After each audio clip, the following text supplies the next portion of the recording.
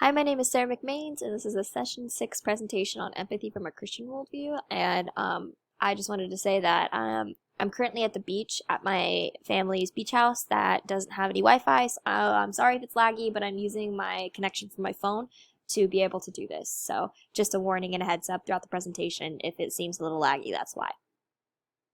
So when thinking of empathy from a Christian worldview, I decided I wanted to remind myself of the definition of empathy and how complex it can be. So I went to the Webster Dictionary online and I searched empathy, and the definition that popped up was the action of understanding, being aware of, being sensitive to, and vicariously experiencing the feelings, thoughts, and experience of another, of either the past or present, without having the feelings, thoughts, and experience fully communicated in an objectively explicit manner, which at first glance, that is a heck of a definition because it's very confusing and it has a lot of parts to it, which actually really sums up what we know about empathy, that there's so many moving parts to it. And Dusty and Ikes tell us that, those who study empathy and dedicate their lives to it often agree that it is an important human function, but they can't agree on one exact term and definition of it, which makes it a very complex definition. So we find this in his book, Defining 8 Phenomena, that most people that study empathy can agree on one of these areas of empathy being this. So I then listed the 8 phenomena of empathy, just to remind myself and walk myself through. There's so many different complex ideas of empathy, and each one of these they play into it, if that makes sense. So this week we were asked to make a presentation on empathy from a biblical worldview, so naturally we were asked questions about empathy from the Bible and taking examples and what we can learn about empathy from the Bible, particularly the New Testament. So I listed a couple of the verses that we were provided throughout the sessions that really were very enriching to remind ourselves by what we were learning about empathy and then apply it to our belief system, which was very enriching to me. And I also added, we can learn so much from the Bible about empathy, as Jesus specifically was an amazing example of it throughout his life, like what it was, how to do it properly, and when to do it, and when to not do it, and his disciples after him, particularly Paul, to name one. And not only does the Bible, particularly the New Testament, and Jesus and Paul and Jesus' disciples provide what it is, how to do it properly, and when to do it, but the Bible and Jesus' disciples and Jesus himself also emphasize how important it is to human functioning, how incredibly enriching it is to one's life, and how necessary it truly is. I absolutely loved this question this week because it provided not only great examples of empathy throughout the Bible, but it also highlighted and it forced me to look at least for one of a lack of empathy, which is interesting because it also shows that there's examples in the Bible that we can learn from where the empathetic response was just not there. So to start off, I started with my first example of Romans 12:15, which is just a verse that says, "Rejoice with those who rejoice and weep with those who weep." And it's actually found in the section of this chapter of Romans titled Marks of a True Christian, which basically just lays out how a true Christian can be recognized. And it's Paul's guide to being a good Christian, not a good Christian, but just being a Christian in general. And I found it very interesting as it was kind of put together with a bunch of different, like, this is what you need to do, here's how you take care of each other, brotherly love for each other, which is verse 10 and verse 13. And it really gets at the heart that as a Christian, the mark of a true Christian, we are coated in radiating empathy, as we are called to love thy neighbor. That's Jesus' greatest commandment, as we know, is love thy neighbor as your Lord has loved you. And I think it is incredibly powerful to remind ourselves of this verse every once in a while, that we are called to rejoice with those who rejoice and weep with those who weep. And that doesn't mean be jealous of those who are having a great time and or sympathizing with those who are weeping by, providing like, oh, it could be worse. We feel that pain with them. We are feeling that joy with them. And I feel like that's beautiful to remind ourselves as Christians that that's a mark of a true Christian, is to be able to empathize with those around you. So my second example is from John 11:35, and it's such a simple verse, but as a little girl, it stuck with me the most because it was such a powerful example of not only grief, but empathy. And it's Jesus wept. And this verse provides such a powerful response to grief, and also just as powerful as an example of empathy. But I know most people use this verse to tell others it's okay to grieve because Jesus wept. It's okay to cry because Jesus wept. But there's also an element within it that's complex of such a beautiful empathetic response from Jesus in this moment. And it also shows that the God of the universe cries, knowing that in this case, Lazarus has passed and the grief it has caused those around him. And not only does it cause grief from those around him and those closest to Lazarus, it also caused him grief. So it was a display of his own grief, but it was also a beautiful way to connect with those around him in grief and heal with each other through their tears. Because it's never fun when you see those around you weeping, especially those you care about, and Jesus loves all. And so it was just a very powerful example that stuck with me as a child, and the older I got, I realized how much of a great example of empathy that was, that he wept with those around him who were grieving and building that bridge with them.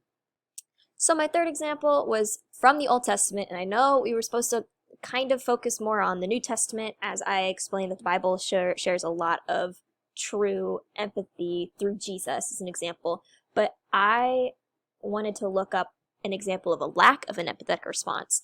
And so I looked towards 2 Samuel 11, which is the story of David, Bathsheba, and Uriah, and how David slept with Bathsheba and got her pregnant and then called Uriah home. And Uriah, so I use it as a contrast, almost like Uriah had an incredible empathetic response to those he was fighting with, and David had no empathy towards Uriah, which was almost like it was like a 2-for-1 deal when I was going through this. So when I read the story, I was like, clearly David realizes that, Bathsheba is a married woman and chooses to sleep with her anyway, and gets her pregnant, and now he realizes he's in a bit of a pickle, so he has to fix his stuff. So he calls Uriah home, and he sends him to the forefront of the fighting to be killed. No empathy. He just said, hey guys, I'm going to send Uriah to the front, and all of you step back, so he's surely to be struck down, and we have no problem, and I'll marry Bathsheba. And that alone was not very empathetic, as, he didn't really empathize with Uriah. He didn't really empathize with Bathsheba and how she would feel, because then it later says that she grieved for her husband. And God was not pleased with the response, as it later states in that chapter. But there was an amazing example before Uriah passes of him refusing to go to his house, even though David sent him to his house and dined with him and all of this. And he said, the ark in Israel and Judah dwell in booths, and my lord Joab and the servants of my lord are camping in the open field. Shall I then go to my house to eat and drink and lie with my wife? As you live and as your soul lives, I will not do this thing.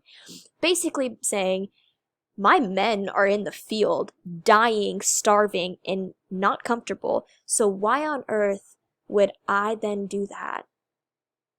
Why would I go sleep with my wife and go home and drink wine and eat good food when I know my men are in the field? That is an incredible empathetic response, as he is relating to others who are in pain, who are going through a difficult time fighting for Israel, and not choosing to do the latter, almost building a connection with his men and saying, I won't do that because I know what they're going through, and I want to show them that I am part of them, which I think was really cool. It was a little golden nugget within the story as I was reading it. And I thought that was an interesting, because I was really looking for a lack of empathy example, but in this I also found an example of Uriah's empathetic response towards his men.